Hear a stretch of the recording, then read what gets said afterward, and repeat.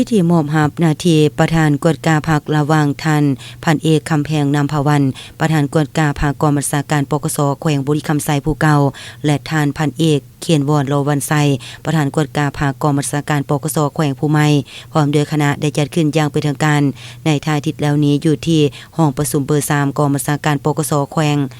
โดยการเป็นประธานห่วมของท่านพันเอกคำแพงนำภาวันประธานกวดกาภาคกองบัญชาการปกสแขวงผู้เก่าและท่านพันเอกเขียนวอนโลวันไซประธานกวดกาภาคกองบัญชาการปกสแขวงผู้ใหม่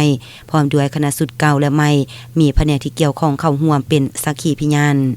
ในพิธีทานพันโทคำใหม่แก่นคำจันทร์หอประธานกวดกาภาคผู้เก่าได้ขึ้นพันบทสรุปเวียกงานกวดกาภาคกองบัญชาการปกสแขวงบุรีคำไซในระยะ5 ปีผ่านมา2025-2025ได้สำเร็จการลงเผยแพร่เอกสารเวียกงานกวดกาและต้านการโซลาดบางหลวงและบดามติคำสั่งต่างๆจำนวน12ครั้งมีผู้เข้าร่วมรับฟัง 3,721 คนหญิง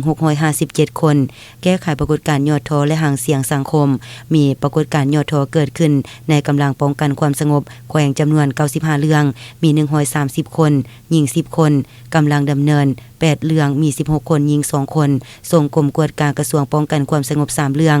มี3คนแก้ไขสำเร็จจำนวน83เรื่องมี117คนหญิง8คนรูปการลงวินัยผ่านมามีนายและพลตำรวจกองบัญชาการปกสแขวงถูกปฏิบัติวินัยทั้งหมด97คนหญิง8คนพร้อมกันนี้ยังได้ยกให้เห็นข้อคงค้างบางด้านที่จะได้ปรับปรุงแก้ไข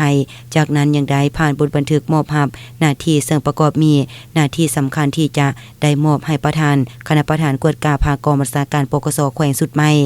สืบต่อจะตั้งปฏิบัติให้สำเร็จในต่อหน้าตอนท้ายของพิธีก็ได้เซ็นบทบันทึกมอบรับหน้าที่ระหว่างท่านพันเอกคำแพงนำภาวันประธานกวดกาภาคกองบัญชาการปกสแขวงผู้เก่าและท่านพันเอกเขียนวอนโลวันไซประธานกวดกาภาคกองบัญชาการปกสแขวงบุรีคำไซผู้ใหม่พร้อมด้วยคณะอย่างเป็นทางการ